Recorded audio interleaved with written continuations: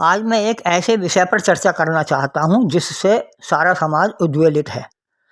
देश की सरकार से लेकर विपक्ष तक, यहाँ तक कि आम आदमी से लेकर विभिन्न सामाजिक संगठनों में भी इसकी चर्चा रहती है, और यह है आरक्षण। इससे समाज उद्वेलित होवे भी क्यों ना। आखिर जिस विषय पर देश की सत्ता बदल जाती हो वो विषय आम तो हो नहीं सकता, खास ही होगा।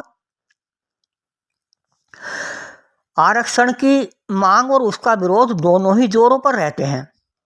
वास्तव में ऐसा लगता है कि आज आरक्षण के मुद्दे का अस्तित्व आरक्षित जातियों के लाभ के लिए नहीं, अपितु केवल राजनीति के लिए ही रह गया है।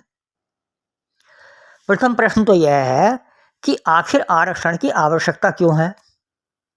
संविधान में दलित जातियों को सामान्य जातियों के सामाजिक स्तर तक लाने हेतु आरक्षण की व्यवस्था की गई थी। प्रश्न यह नहीं है कि यह व्यवस्था कितने दिनों के लिए की गई थी, बल्कि प्रश्न यह है कि यह व्यवस्था की क्यों गई थी। जिस उद्देश्य को प्राप्त करने हेतु यह व्यवस्था की गई थी, क्या वो उद्देश्य हासिल हो सका। दलित जातियों को सवर्ण जातियों के समान सामाजिक स्तर पर लाना आरक्षण का उद्देश्य था। क्या कथित दलित जातियां सामान्य वर्ग के बराबर अपनी हैसियत, सामाजिक हैसियत बना पाई? नहीं। तो फिर जब तक ये सामाजिक असमानता समाप्त नहीं हो जाती, अर्थात आरक्षण का उद्देश्य पूरा नहीं हो जाता, इसे समाप्त करने का आधार क्या माना जाए। आरक्षण को किस आधार पर समाप्त किया जाए। अब प्रश्न उठता है कि आखिर यह सामाजिक असमानता क्यों समाप्त नहीं हो पाई। सामान्य जातियों या यूं कहिए कि सवर्णों के पूर्वाग्रहों के कारण यह समाप्त नहीं हो पाई। मैं समझता हूं कि जिस दिन समाज के उच्च वर्ग के लोग अन्य लोगों को भी समान सामाजिक दर्जा देने को तत्पर हो जाएंगे और देने लगेंगे, तो उसी दिन ही आरक्षण को जारी रखने की मांग समाप्त हो जाएगी। मैं स्वयं इसी कथित उच्च वर्ग से हूँ, मैं ब्राह्मण हूँ। मैं अपने ही वर्ग को इसके लिए दोषी मानता हूँ। आज हम आरक्षण को समाप्त करने की मांग तो करते हैं, किंतु इसकी जड़ यानी सामाजिक असमानता को समाप्त नहीं करना चाहते। यह इसी प्रकार है जैसे किसी विषैले वृक्ष को समाप्त करने हेतु उसकी जड़ को ना काटकर उसकी टहनियों व पत्तों को काटना चाहते हैं। और इसी की आड़ में अब कुछ एक अन्य जातियां भी अपने लिए आरक्षण की मांग करने लगी हैं। हम जन्मना वर्ण व्यवस्था को आज की सामाजिक समस्याओं की जड़ मानते हैं, यद्यपि पूर्व काल में यह व्यवस्था कर्म के आधार पर थी। वर्ण केवल 4 थे, किंतु आज जातियां तो सैकड़ों हैं। सोचिए आगे चलकर ये कितनी समस्याएं पैदा कर सकती हैं।